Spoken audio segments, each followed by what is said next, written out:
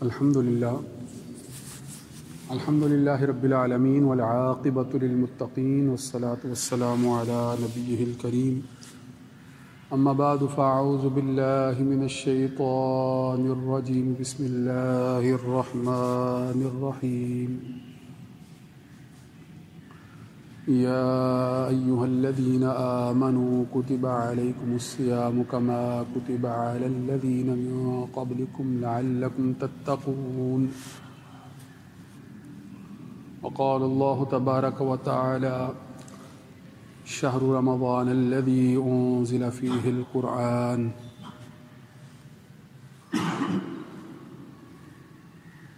وقال اللہ تبارک وتعالی ان اللہ وملائکتہ یصلون علی النبی یا ایہا الذین آمنوا صلوا علیہ وسلموا تسلیما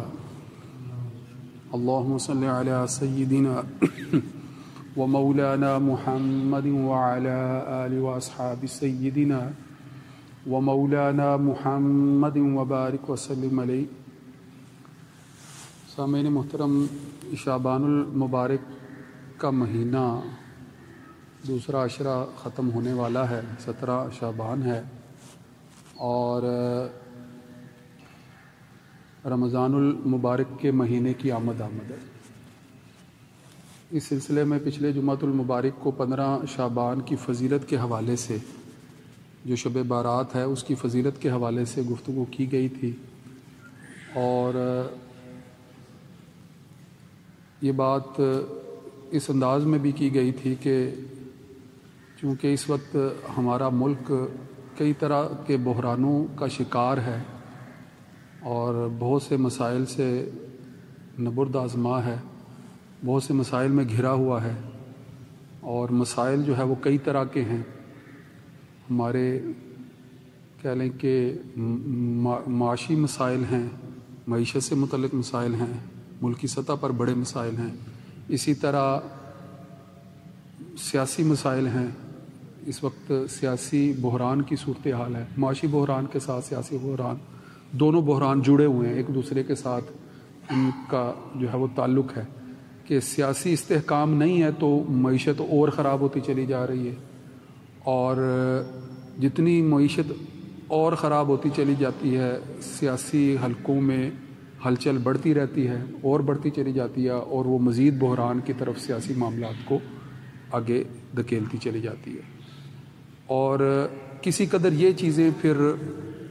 بلکہ بڑے پیمانے پر اگر غور کیا جائے، ہمارے جو سیاسی و معاشی بحران ہے وہ پھر ہمارے ان مسائل سے بھی جڑے ہوئے ہیں جو جڑ پکڑ لیتے ہیں اور پھر دوبارہ جس سے جو ہے وہ سر اٹھا لیتے ہیں، جیسے دہشت گردی کے مسائل ہیں کہ معاشی پالیسیز کمزور ہیں، سیاسی حکومتیں مضبوط نہیں ہیں، تو جو دہشت گرد عناصر ہیں ان کے لیے میدان کھلا ہے کہ وہ ایسے اقدامات کر لیتے ہیں کہ جن کا سد باب کرنا یا جن کے اوپر فوری رد عمل دینا یا جن کو قابو کر لینا ایک غیر مستحکم حکومت کے بس کی بات نہیں ہوتی ہے۔ تو یہ صورتحال ہے۔ تو اس تناظر میں نے پھر اس طرف توجہ دلائی تھی کہ یقیناً ہمارے حالات ہمارے اعمال ہی کا نتیجہ ہے، ہمارے جو حالات ہیں ہمارے اعمال ہی کا نتیجہ ہے، ہمارے اعمال ہمارے حالات پر بڑے پیمانے پر اثر انداز ہوتے ہیں، اور ہمارے اعمال جو ہیں وہ یقیناً خوف خدا اور دینی احکام کو بروئے کار لانے یا ان پر پورا عمل پیرا ہونے والے نظر نہیں آتے ہیں، خدا خوفی نظر نہیں آتی ہے، للہیت جو ہے وہ نظر نہیں آتی ہے، تقوی اور پرہیزگاری نظر نہیں آتی ہے، اور جتنا معاشی یا دیگر دنیاوی مسائل کے اندر گھرتے چلے جاتے ہیں اور پریشانیاں بڑھتی چلی جاتی ہیں، اتنا ہی بجائے اس کے کہ ہم غور و فکر کر لیتے کہ جہاں ہمارے جو ہے وہ ظاہری اقدامات اچھے نہیں ہیں، وہاں ہمارے اعمال بھی دین سے دوری کی وجہ سے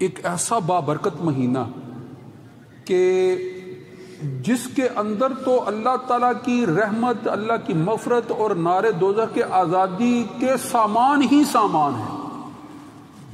آپ سے نے فرمایا ہے نا کہ یہ ایسا مہینہ ہے کہ جس کا اول جو ہے وہ رحمت ہے، جس کا اوسط یعنی درمیان والا حصہ جو ہے وہ مغفرت ہے، اور اس کا آخری اشرہ جو ہے وہ نار دوزخ سے آزادی کا اشرہ ہے۔ ایسا مہینہ ہے یہ، وہ مہینہ سایہ فگن ہونے والا ہے، اس کی قربت میں ہم آ چکے ہیں، اور اللہ تعالیٰ ہمیں توفیق دے کہ ہمیں یہ مہینہ حاصل ہو اور ہم اس کے اندر اللہ کے حکم کو، جو اولین حکم ہے روزے کی بجا آوری کا حکم، وہ پورا کریں۔ میں نے آپ کے سامنے جو آیت کریمہ تلاوت کی ہے، بسم اللہ الرحمن الرحیم، یا ایھا الذین آمنوا کتب علیکم الصیام، کہ اے ایمان والو تم پر روزے فرض کیے گئے ہیں، کما کتب علی الذین من قبلکم، جس طرح کہ تم سے پہلے لوگوں پر، امتوں پر، افراد پر روزے فرض کیے گئے تھے، ایسے ہی تم پر روزے فرض کیے گئے ہیں، لعلکم تتقون، اور مقصد کیا ہے کہ تم تقوی اختیار کر لو، متقی ہو جاؤ، پرہیزگار ہو جاؤ، اللہ کا ڈر، اللہ کا خوف، خشیت تمہارے قلب میں جگہ بنا لے، پیدا ہو جائے، اور اس خشیت والے قلب کو اللہ کے ہاں شرف بازیابی جب حاصل ہو تو وہ اس کی قدورتوں کو دور فرما دے اور اس کو گناہوں سے پاک کر دے، اس کی تطہیر کر دے۔ اچھا یاد رکھیے گا، اس آیہ کریمہ سے پہلے جو ہے وہ قصاص کے احکام ہیں، پھر جو ہے وہ وصیت کے احکام ہیں، اور جب یہ آیت کریمہ نازل ہوئی ہے تو اس سے پہلے نماز اور زکوٰۃ کی فرضیت کا حکم نازل ہو چکا ہے، زکوٰۃ اور نماز کی فرضیت کا حکم نازل ہو چکا ہے، اور یہ ترتیب بھی ہے فرضیت کی، اور اس کا ذکر جو ہے وہ دیگر آیات سے بھی جو ہے وہ پتہ چلتا ہے کہ یہ نماز کی اہمیت، پھر زکوٰۃ کی اہمیت، اور پھر روزے کی اہمیت۔ یہاں ایک بڑا اہم اصول کار فرما ہے جس کو تدریج کا اصول کہتے ہیں۔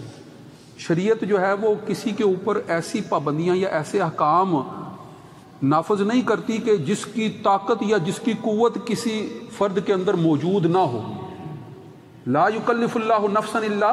وسعہا، ہر انسان پر اس کی قوت اور طاقت اور وسعت کے مطابق ہی جو ہے وہ بوجھ ڈالا جاتا ہے، کسی کی آزمائش اس کی صلاحیت سے بڑھ کر نہیں ہوتی، اور جو مشکل کام ہوتا ہے اس کا آہستہ آہستہ عادی بنایا جاتا ہے تاکہ جسم یا فرد وہ کام کرنے کے لیے تیار ہو جائے۔ میں آپ کے سامنے ایک روایت رکھتا ہوں، حضرت عمرہ بن مرہ جہنی رضی اللہ تعالیٰ عنہ کی روایت ہے۔ وہ بیان کرتے ہیں کہ ایک شخص نے نبی کریم صلی اللہ علیہ وآلہ وسلم سے سوال کیا کہ یا رسول اللہ صلی اللہ علیہ وآلہ وسلم، بتائیے اگر میں اللہ کے وحدہ لا شریک ہونے اور آپ کے رسول اللہ ہونے کی گواہی دوں، یعنی توحید و رسالت کی گواہی دوں،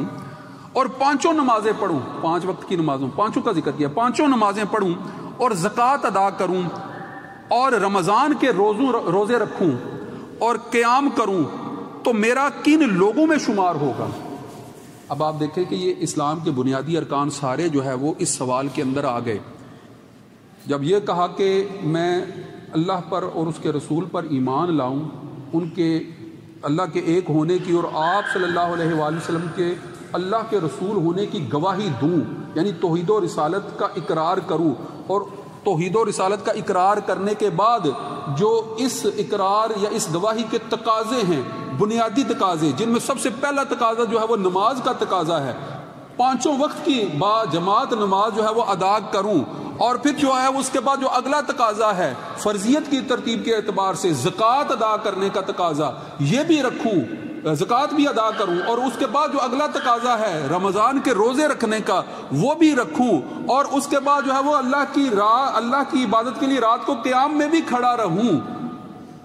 تو جب یہ چیزیں میں پوری کر لوں تو میرا شمار کن لوگوں میں ہوگا؟ یہ بنیادی سوال ہے۔ یہ ایک صحابی جو ہے وہ آپ سے بنیادی سوال کر رہے ہیں کہ میں احکام اگر یہ پورے کرتا ہوں، بنیادی تقاضے پورے کرتا ہوں، ارکان اسلام پر جو ہے وہ عمل کرتا ہوں، تو آپ صلی اللہ علیہ وآلہ وسلم نے فرمایا کہ پھر صدیقین اور شہداء میں جو ہے وہ تمہارا شمار ہو،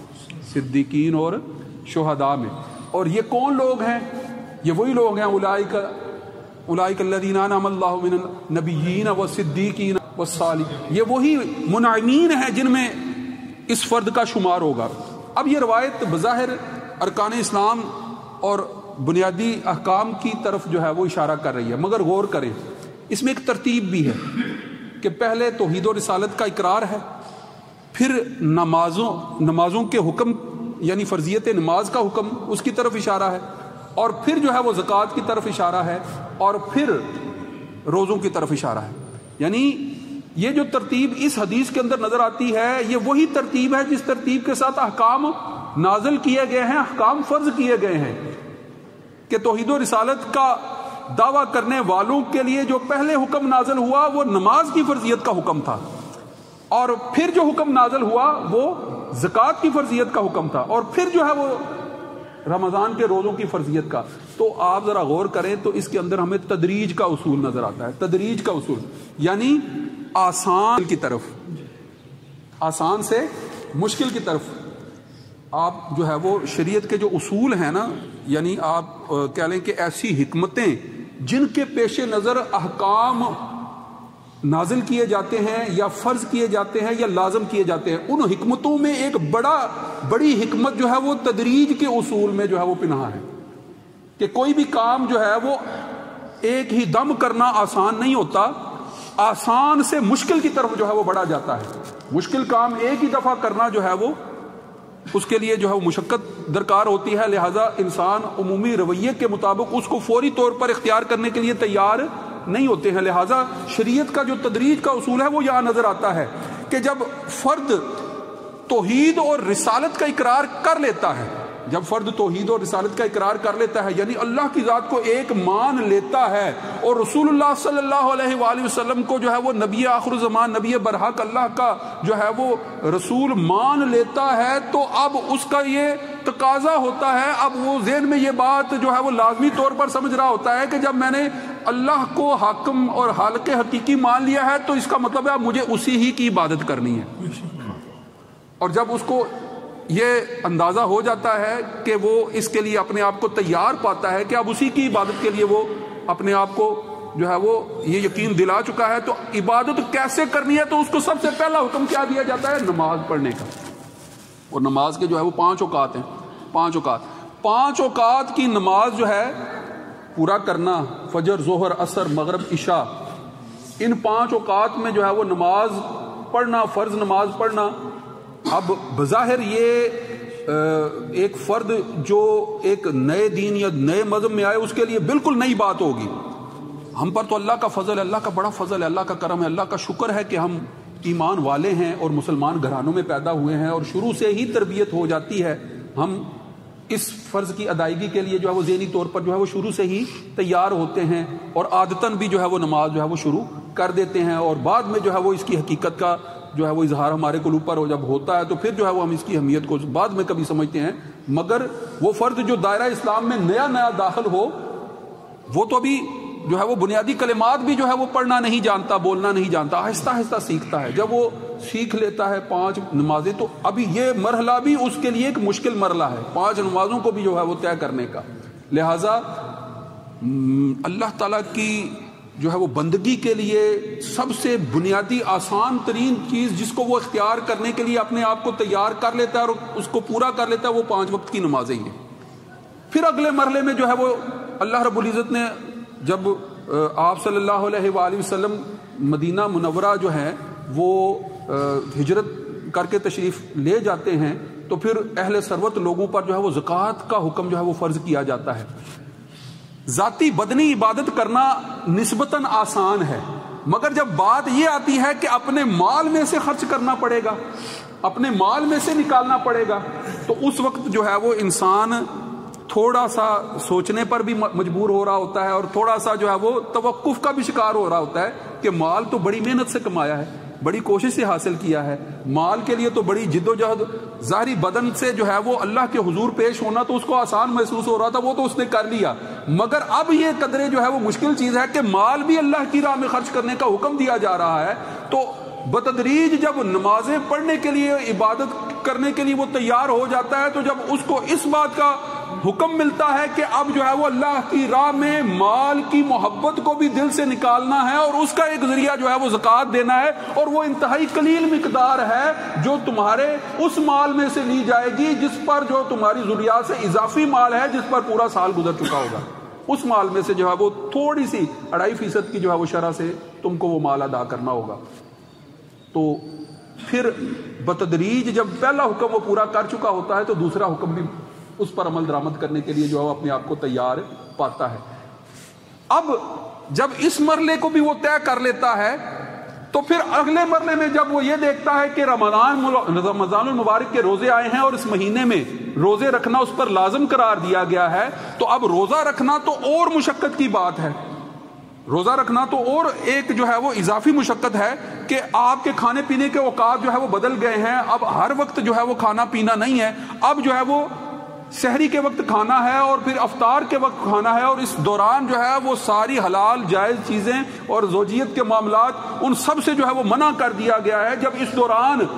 یہ حلال اور جائز چیزیں بھی اس کے لیے حرام قرار دے دی گئی ہیں اور اس سے وہ دور رہتا ہے، بچتا ہے، تو پہلے مرحلے میں اللہ کے سامنے عبادت کرنے کے لیے حاضر ہونے کے لیے وہ تیار ہوا تھا، پھر مال کو جو ہے وہ اللہ کی راہ میں خرچ کرنے کے لیے تیار ہوا تھا، تو اب تیسرے مرحلے میں جب اگلا حکم نازل ہوا تو وہ اس قابل تھا کہ اس دوران نمازیں بھی اپنی جگہ پر فرض رہیں گی اور اس دوران جو ہے وہ اللہ کی راہ میں خرچ کرنے کے اقدامات بھی برقرار رہیں گے، مگر اللہ کی محبت کو اور بڑھانے کے لیے، اللہ کا ڈر اور اللہ کا خوف اور خشیت دل میں اور بڑے پیمانے پر پیدا کرنے کے لیے اب اس عبادت کو بھی جو ہے وہ اس پر لازم قرار دے دیا گیا تاکہ وہ اللہ کا قرب اور بڑے پیمانے پر حاصل کر سکے۔ تو جب ان مراحل سے انسان بتدریج گزرتا ہے، نماز، روزہ،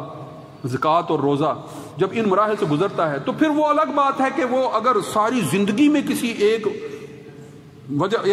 دفعہ ساری زندگی میں اگر وہ صاحب حیثیت ہے، صاحب استطاعت ہے، تو اس کے گھر کی زیارت اور قصد کے ارادے سے جو ہے وہ اس کے گھر کا جو ہے وہ حج کرے، اللہ کے گھر کی زیارت کرے، یہ پھر جو ہے وہ ساری زندگی کا، یہ تو آپ دیکھیں کہ روزانہ کا معمول تھا نماز، زکوٰۃ جو ہے وہ مالی عبادت تھی اور سال میں، اور پھر روزے بھی جو ہے وہ سال میں، مگر حج کی عبادت تو پھر زندگی میں ایک دفعہ جو ہے وہ لازم کی گئی ہے نا، وہ بھی صاحب استطاعت لوگوں پر۔ تو جب کہہ لیں کہ محبت الہی میں انسان جو ہے وہ درجہ بدرجہ بڑھتا چلا جاتا ہے، تو محبت الہی کا وہ آخری درجہ جو ہے اس تک اس کو لے جایا جاتا ہے کہ جس درجے میں جا کر انسان جو ہے وہ عاشقوں کی طرح دیوانہ وار جو ہے وہ محبوب کی گلیوں میں گھومتا پھرتا ہوا نظر آتا ہے، اس کو لباس کی فکر نہیں ہوتی، اس کو جو ہے وہ اپنے مال کی فکر نہیں ہوتی، اس کو جو ہے وہ اپنے علاقے کی فکر نہیں ہوتی، ساری محبتوں کو جو ہے وہ بالائے طاق رکھتے ہوئے جو ہے وہ 2 کپڑوں میں ملبوس جو ہے وہ اس کے گھر کے طواف کرتا ہوا نظر آتا ہے، اور جہاں جہاں پر اس کے انبیاء نے وقت گزارا ہے وہاں پر وقت گزارتا ہوا نظر آتا ہے۔ تو یہ بھی جو ہے وہ عشق الہی کی ایک معراج ہوتی ہے جس تک وہ پہنچتا ہے۔ تو سامعین محترم، عبادات